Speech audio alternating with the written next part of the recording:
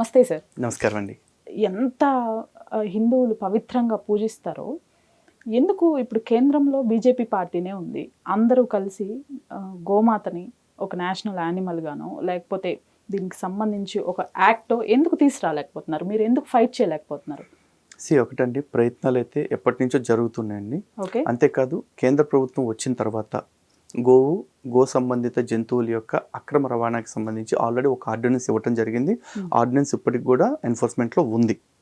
ఈ రోజున భారతదేశం మీట్ ఎక్స్పోర్ట్లో ఇంత స్థాయిలో ఉంది, ఇంత స్థాయిలో ఉందని చెప్పేసి అంటున్నారు. దాని గురించి నిర్మలా సీతారామన్ గారు కూడా ఒక ప్రెస్ మీట్లో చాలా క్లియర్గా చెప్పడం జరిగింది. గేదెలు, బర్రెలు అంటారు కదా, బర్రెలు వాటికి సంబంధించిన అంటే బర్రెలు కావచ్చు, లేకపోతే గేదెలు కావచ్చు, వీటిల్ని మాత్రం ఎక్స్పోర్ట్ చేస్తున్నాం తప్ప గోవుల్ని కానీ లేకపోతే గో సంబంధిత ఈ కుటుంబం ఏదైతే ఉంటుందో ఎద్దులు ఇట్లాంటివి వాటిని వేటికి కూడా మీట్ ఎక్స్పోర్ట్కి మేము పర్మిషన్ ఇవ్వట్లేదు, భారతదేశం నుంచి జరగట్లేదు అని చెప్పి చెప్పడం జరిగింది. ఈరోజు భారతదేశం లోపల ఏదైతే జరుగుతూ ఉన్నాయో, అంటే రిప్రొడక్షన్ ఏజ్కి దాటిపోయినవి లేకపోతే రిప్రొడక్షన్ ఏజ్కి చేరుకొని వాటిని మాత్రమే కోసుకు తినాలి అని వాటిల్ని కూడా నిషేధించాలి అని చెప్పేసి మా ప్రయత్నం మేము చేస్తూనే ఉన్నాం. కానీ ఎంత కేంద్ర ప్రభుత్వం హిందూ సానుకూలంగా ఉంది అనిపించినా కూడా వాళ్ళు రాజ్యాంగాన్ని మీరైతే పనిచేయలేరు కదా, ప్రజాస్వామ్యాన్ని దాటి పనిచేయలేరు కదా. ఇదే భారతదేశంలో ఇదే ప్రజాస్వామ్యంలో ముస్లింలు కూడా ఒక భాగంగా ఉన్నారు. హిందువుల్లోని కొన్ని వర్గాలు కూడా మేము గోమాంసం తింటాము, మా ఆహారము అని చెప్పేసి మాట్లాడుతున్న వాళ్ళని మేము చూస్తున్నాం. కాబట్టి వాళ్ళందరి దగ్గర నుంచి కూడా కన్సెన్సస్ కోసం ప్రయత్నం చేస్తున్నాం. వాళ్ళందరి దగ్గర నుంచి కూడా కొంత సానుకూలతను సాధించే ప్రయత్నం చేస్తున్నాం. ఎందుకంటే ఈ రోజున ఒక ముస్లిం ఉన్నాడు, అతనికి ఒక సెంటిమెంట్ ఉంటుంది. తన మసీదు పరిసరాల్లో ఒక పందికి సంబంధించిన ఏది ఉండటానికి వీలు లేదు అని చెప్పేసి. సంతోషం, నీ మతాచారాన్ని గౌరవించడం నాకు గౌరవమే. ఎందుకంటే మీరు బతకటానికి మా దేశంలోకి వచ్చారు, మా దేశంలో మిమ్మల్ని బతకనిస్తున్నాము అంటే మీ విశ్వాసాలని గౌరవిస్తూనే బతకనిస్తున్నాం కదా. మరి ఈ దేశంలో గోవు మాకు తల్లి. మాకు మా ధర్మశాస్త్రం ప్రకారం కూడా చూసుకుంటే గావో విశ్వస్య మాత్రం అని చెప్పేసి చెప్తారు. గోవు మనకి మాత్రమే కాదు, విశ్వం అంతటికీ తల్లి అని చెప్పేసి చెప్తారు. గావో లోకస్య మాత్రం పితరో వృషభాగ్నేయ, అంటే ఎద్దు మాకు తండ్రితో సమానం అని చెప్పేసి అంటారు. ఇది ఎందుకు చెప్తారు అంటే, గోవు మనకి పాలిస్తుంది, పాడిస్తుంది. గోవు పాలు దాగి మనం పెరుగుతున్నాం కాబట్టి తల్లి భావంతో చూస్తాం. కానీ ఎద్దు పొలంలోకి వెళ్ళి దుక్కి దున్నుతుంది, ఆ పండిన పంటను ఇంటికి తీసుకొస్తుంది. తండ్రిలాగా కష్టపడి మన కుటుంబాన్ని సాకటానికి ఉపయోగపడుతుంది కాబట్టి ఆ తండ్రి స్థానం ఇచ్చి మేము గౌరవిస్తున్నాం. అంతేకాదు మేము పూజిస్తున్నాం. కాబట్టి మా సెంటిమెంట్ని మీరు కూడా గౌరవించండి అని అడుగుతున్నాం.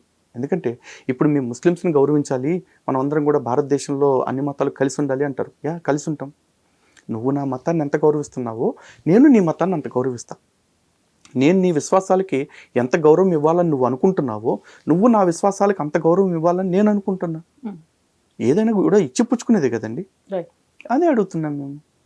మరి ఆ ప్రయత్నం మా సైడ్ నుంచి జరుగుతుంది. కానీ ప్రభుత్వాలకు వచ్చేపటికి కొన్ని హర్డిల్స్ ఉంటాయి, అవి ఒకటొకటి దాటుకుంటూ వస్తున్నారు. ఆ దాటుకునే క్రమంలోనే ఈరోజు ట్రిపుల్ తలాక్ తీసేయటం కావచ్చు, ఆర్టికల్ 370 రద్దు చేయటం కావచ్చు, ఇట్లాంటివి ఎన్నో విప్లవాత్మకమైన మార్పుల్ని ప్రభుత్వం తీసుకొస్తుంది. లలిత్ కుమార్ గారు ఈ హిందూ జనశక్తి అనే దాన్ని స్థాపించి సనాతన ధర్మాన్ని ప్రచారం చేస్తున్నారా, లేదు అంటే ఇతర మతాలకి సంబంధించి స్పీచెసే ఎక్కువయ్యాయా? ఒకటండి, యుద్ధం అన్నప్పుడు చేతిలో కత్తి ఉంటుంది, ఒకటి డాలు ఉంటుంది. శత్రువుతో యుద్ధం చేస్తూనే ఉంటాం, శత్రువు నుంచి గాయం తగలకుండా ఉండటం కోసం కాపాడుకుంటూనే ఉంటాం. రెండూ చేస్తున్నాం. ఓకే. ఇప్పుడు మాది సనాతన ధర్మరక్షణ కోసం చేస్తున్న యుద్ధం. ఇందులో మా ధర్మాన్ని ప్రచారం చేసుకుంటూ ఉంటాం, పరాయి మతాల నుంచి వస్తున్న దాడుల్ని తిప్పి కొడుతూ ఉంటాం. ఆ తిప్పి కొట్టే క్రమంలో మా కత్తి వాళ్ళకి గాయాలు చేస్తూ ఉంటుంది. ఎండ్ ఆఫ్ ది డే ఏ యుద్ధమైనా ప్రతి ఒక్కరు గెలవాలని చేస్తాడు. ఇక్కడ కూడా మేము అంతే, మా ధర్మం గెలవాలని చేస్తున్నాం. ఆ క్రమంలో ఎవడు పోతాడు ఎవడు ఉంటాడు అనేది నాకు సంబంధం లేదు, యుద్ధం చేయటం నా పని. కానీ హిందూ మతానికి సంబంధించి ఏవైతే కొన్ని చిన్న చిన్న, ఇప్పుడు మీరు చెప్పారు కాలానుగుణంగా మారుతూ ఉంటుంది అని, ఏవైతే ఉన్నాయో నెగిటివిటీస్, చిన్న మైనర్వి, అవన్నీ మీ వరకు వచ్చినప్పుడు వాటిని కంప్లీట్గా తీసేయడానికి ట్రై చేస్తారా? ఇప్పుడు నేను వస్తానండి, ఈ ఛానల్లో బ్రదర్ ఉన్నాడు, అతని పేరు మీద నేను ఒక లెటర్ రిలీజ్ చేస్తాను. ఇదిగో నా ఆఫీస్లో నువ్వు ఎప్పుడు భవిష్యత్తులో దొంగతనం చేయడానికి వీలు లేదు అని చెప్పేసి రాసిస్తాను. అతను అప్పుడు దాకా ఏ దొంగతనం కూడా చేయలే, కానీ నేను ఊరికి అతను నువ్వు మళ్ళీ ఎప్పుడు దొంగతనం చేయడానికి వీలు లేదు అని రాస్తాను. ఆ లెటర్ అలా ఫైల్లో పెట్టేస్తాను రికార్డ్స్లో. ఒక 2-3 ఏళ్ల తర్వాత అతను మానేస్తాడు, వేరే వాళ్ళు వెళ్ళిపోతారు, ఎవరో కొత్త స్టాఫ్ వస్తారు. వాళ్ళు చూసి లెటర్, ఓహో 2 years బ్యాక్ పలానా రాజేష్ అనేవాడు ఎప్పుడు దొంగతనం చేసేవాడు అనమాట, ఇతను దొంగతనం చేయడానికి వీలు లేదని అప్పట్లో బాస్ లెటర్ కూడా ఇచ్చాడు అతనికి అని చెప్పేసి అనుకుంటాడు. ఆ లెటర్కి ఏమైనా అర్థం ఉందా? ఏమీ లేదు. ఎవడో బ్రిటిష్ అధికారి ఒకడు వచ్చేసి ఈ దేశంలో సతీ సహగమనాన్ని నిషేధిస్తున్నాం అని చెప్పేసి అన్నాడు. నిషేధించడానికి అసలు ఎక్కడ జరిగిందో చెప్పరా ఎదవా అంటే చెప్పేవాళ్ళు లేడు ఇప్పుడు కూడా. అసలు జరగలేదంటారా మీరు? జరగలేదు కదా. ఓకే. రాణి పద్మావతి విషయంలో జరిగిన జోహర్ని సతీ సహగమనం అంటే మనం ఏం చేయలేం దాన్ని. ఎందుకంటే అప్పట్లో దాడి చేసిన తురకరాజుల నుంచి వాళ్ళ శీలాన్ని కాపాడుకోవటం కోసం వాడు ఎవరి చేతిలో బలాత్కారానికి గురవటం కంటే కూడా చావటమే మేలు అనుకుని 3000 మంది ఆ రాజ భవంతులకు సంబంధించిన ఆడవాళ్ళందరూ కూడా ఆ అగ్నికి ఆహుతైపోయారు వాళ్ళంతటి వాళ్ళు. అది సహగమనం కాదే. అదే పాండురాజు విషయంలో మాదిరి చేశారు. ఆవిడ అతని శాపం తెలిసి కూడా నేను అతను తాకటానికి అవకాశం ఇవ్వటం వల్ల నా కారణంగానే చనిపోయాడు కాబట్టి నేను కూడా నా భర్తతో పాటే ప్రాయోపవేశం చేస్తానని చనిపోయారు ఆవిడ. అదే చిత్తులు పడి. అంతేకాని ఆవిడేమి నా భర్త చనిపోయాడు కాబట్టి ఎవరో ఒకళ్ళు ఖచ్చితంగా చచ్చిపోవాలి కాబట్టి నేను కూడా వెళ్తానని చెప్పి వాడు చచ్చిపోలే. అవి కాకుండా ఇంకెక్కడ సతీ సహగమనాలు జరిగాయి? కట్టేసి కాళ్ళు చేతులు కట్టేసి భర్త చిత్తుతో పాటు కాల్చడాలు ఏం జరగలేదండి. ఇవన్నీ అంటే మనం చదువుకొని వచ్చినవే కదా, పలానా వాళ్ళు దీనికోసం పోరాడారు, ఇన్ని జరిగేవి, ఇవన్నీ మన బుక్స్ లో ఉన్నవే. ఎవడు పోరాడాడండి? రాజా రామ్మోహన్ రాయ్ అనేవాడు పోరాడారు. ఆ రాజా రామ్మోహన్ రాయ్ ఎవడండి? క్రిస్టియన్ మతంలోకి మారిపోయిన వ్యక్తి. పేరు బ్రహ్మ సమాజ్. అతను క్రిస్టియన్. అతని సమాధి ఇప్పటికి కూడా అమెరికాలో ఎందుకు ఉందండి? ఈ దేశం నుంచి అమెరికా ఎందుకు వెళ్ళిపోయాడు? అతను క్రైస్తవ వ్యక్తి. ఒక క్రైస్తవుడు హిందుత్వం గురించి వ్యతిరేకంగా కాకుండా సానుకూలంగా మాట్లాడతాడని మీరు ఎక్కడైనా ఎక్స్పెక్ట్ చేస్తారా? ఏ పాస్టర్ అయినా హిందూ ధర్మం గొప్పదని చెప్పడం ఒకసారి చూడండి. చాలామంది హిందువులు నేను చూపిస్తా, మన మతం మనకెట్లాగో వాళ్ళ మతం వాళ్ళకి అట్లాగే కదా అని చెప్పి అనేవాళ్ళని. అని వాళ్ళు ఎవ్వరు అట్లా చూపించలేరండి. ఇవన్నీ ఫేక్ మాటలండి. ఎక్కువగా ఈ లవ్ జిహాదీలు ఈ టాపిక్ చాలా సార్లు మాట్లాడటం జరిగింది. ఇంకా కూడా కంటిన్యూ అవుతున్నాయా, తగ్గినాయి అని చెప్పుకోవచ్చా? ఏం తగ్గలేదండి. తగ్గలేదు. వాళ్ళు ఎలాంటి విష ప్రయత్నాలు చేస్తూనే ఉన్నారు. ఇప్పుడు హిందూ ఆడబిడ్డల్ని కాపాడుకోవాల్సిన బాధ్యత ప్రతి కుటుంబం మీద ఉంది, ప్రతి తల్లిదండ్రి మీద ఉంది. చాలామంది అనుకోవచ్చు, ఏ మతం అయితే ఏముందిలే బాబు, సంతోషంగా ఉంటే చాలు కదా అని చెప్పేసి.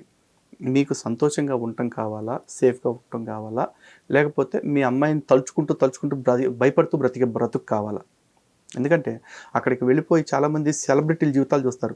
షారుఖ్ ఖాన్ హిందూ అమ్మాయిని చేసుకున్నాడు, హ్యాపీగా ఉన్నాడు. సల్మాన్ ఖాన్ లేకపోతే అమీర్ ఖాన్ హిందూ అమ్మాయిని చేసుకున్నాడు అని చెప్పేసి చెప్తారు. అలాగే సైఫ్ అలీ ఖాన్ హిందూ అమ్మాయిని చేసుకున్నాడు కదా అని చెప్పేసి. ప్రాబ్లం ఎక్కడ వస్తుందంటే, సైఫ్ అలీ ఖాన్కి 2 పిల్లలు పుట్టారండి. ఎవరు పుట్టారు? ఒకటి తైమూరు, ఇంకోటి ఎవడో ఔరంగజేబు పుట్టాడు ఇంకోటి. ఎందుకు మరి ఒక్కడికి కూడా వెంకటరావు సుబ్బారావు పుట్టలేదు? ఆ పేరు ఎందుకు పెట్టలేదండి? ఆ సెలబ్రిటీల జీవితాలు చూసి వాళ్ళలాగే కింద స్థాయి జీవితాలు ఉంటాయి అనుకోవద్దు. ఇదే విషయాల్లో చూసుకుంటే నిన్న మొన్న చనిపోయిన నేహ ఎవరండి? ఒక ముస్లిం అబ్బాయి ప్రేమిస్తున్నాన్ని వెంటబడితే వాడి ప్రేమని తిరస్కరించినందుకు వాడు చంపేశాడు, ఆసిఫ్ అనేవాడు. మరి కొన్నాళ్ళ క్రితమే శ్రద్ధా వాకర్ అనే అమ్మాయి ప్రేమించి పెళ్లి చేసుకోవడానికి సిద్ధపడి లివిన్లో ఉన్నప్పుడు అమ్మాయిని చంపేసి 32 ముక్కలు చేసి సూట్ కేసులో పెట్టి రోడ్డు మీద పడేశాడు. తారా అనే ఒక షూటర్ని పెళ్లి చేసుకున్న తర్వాత హిందూ ముసుగులో వాడు పెళ్లి చేసుకున్న తర్వాత నేను ముస్లింని, నువ్వు కూడా ఇస్లాంలోకి మారతావా లేదా అని కుక్కలతో కనిపించాడు ఒలింపిక్ షూటర్ని. ఇవన్నీ సొసైటీలోకి రావు. సెలబ్రిటీల జీవితాల్లో కనపడుతున్న నలుగురు జీవితాలు చూసి అందరి జీవితాలు కూడా ఇట్లాగే పెట్రోమిక్స్ లైట్లాగా వెలిగిపోతాయి అనుకుంటారు. లేవండి. అక్కడ పిల్లలు కానీ యంత్రాల్లాగా మారిపోయి బురకా మాటను బందీలు అయిపోయి నానా బాధలు పడుతున్న జీవితాలు ఇన్నున్నాయి. కక్కలేక మింగలేక తిరిగి తల్లిదండ్రుల దగ్గరికి రాలేక, ఇంకొంతమంది అయితే వాళ్ళు మారిపోయి వాళ్ళని పెడుతున్న బాధలు చూడలేక తల్లిదండ్రులు కూడా వాళ్ళ కోసం మతం మారిపోయిన జీవితాలు కూడా బోల్డ్ ఉన్నాయి. లవ్ జిహాద్ అనేది ఎక్కడ ఆగలేదు, మారలేదు. కాకపోతే ఈ లవ్ జిహాద్ అనే పదాన్ని ఒప్పుకోవటానికి కొంతమందికి నొప్పులు పడతా ఉన్నారు, లౌకికవాదులు, లేకపోతే కొంతమంది సూడో మేధావులు. నేననేది ఏంటంటే, మీకు ఒకవేళ లవ్ జిహాద్ అనే పేరు నచ్చకపోతే ఇంకో పేరు పెట్టండి. కానీ ప్రేమించి పెళ్లి చేసుకుని మతం మారుస్తున్నాడు అనేది, లేకపోతే మతం మార్చి పెళ్లి చేసుకుంటున్నాడు అనేది, ఇదైతే నిజమేగా. మరి దానికి లవ్ జిహాద్ అనే పేరు మీకు నచ్చకపోతే ఇంకో పేరు మీరే ఆలోచించి పెట్టండి, ఏం జరుగుతుందో. దానికి ప్రేమ అనే పేరు మాత్రం ఖచ్చితంగా పెట్టద్దు. ప్రేమ అంటే నీ జీవితం నీది, నీ పద్ధతులు నీవి, నా పద్ధతులు నావి, ఇద్దరం కలిసి బ్రతుకుదాం, నువ్వు పూజలు చేసుకొని నేను మసీదుకి పోతా అంటే ఒక రకం. అట్లాంటివి ఎక్కడ జరగట్లేదండి. నేను చూస్తున్న 100కి 99 పెళ్ళిళ్ళలో మత మార్పిళ్ళే ఉన్నాయి.